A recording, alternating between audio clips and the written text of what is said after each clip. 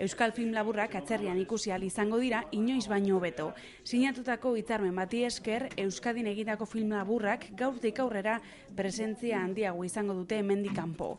Adibidez, datorren astean Bruselan ikusi ahal izango dira Euskal film laburrak han ospatuko den jaialdi batean. Hitzarmen honen helburu nagusia Kimuak programa bultzatzea da. Lehen kultura sustapenetik egiten zen konpromezua gure gain hartzen dugu. Baina esan bezala, hitzarmen hau ez da bultzada ekonomikus soil batean geratzen, gure asmo eta nahia kanporatzen laguntzea izango da. Eta zalantzarek gabe, horretan aleginduko gara, ate gehiago zabaltzen eta zinea munduratzen. Hitzarmena abenduaren 31 arte egongo da indarrean eta Kimuak programa kudeatzeko Etxepare Institutoak Euskadiko filmategiari egin dion 127.000 euroko ekarpena jasotzen du.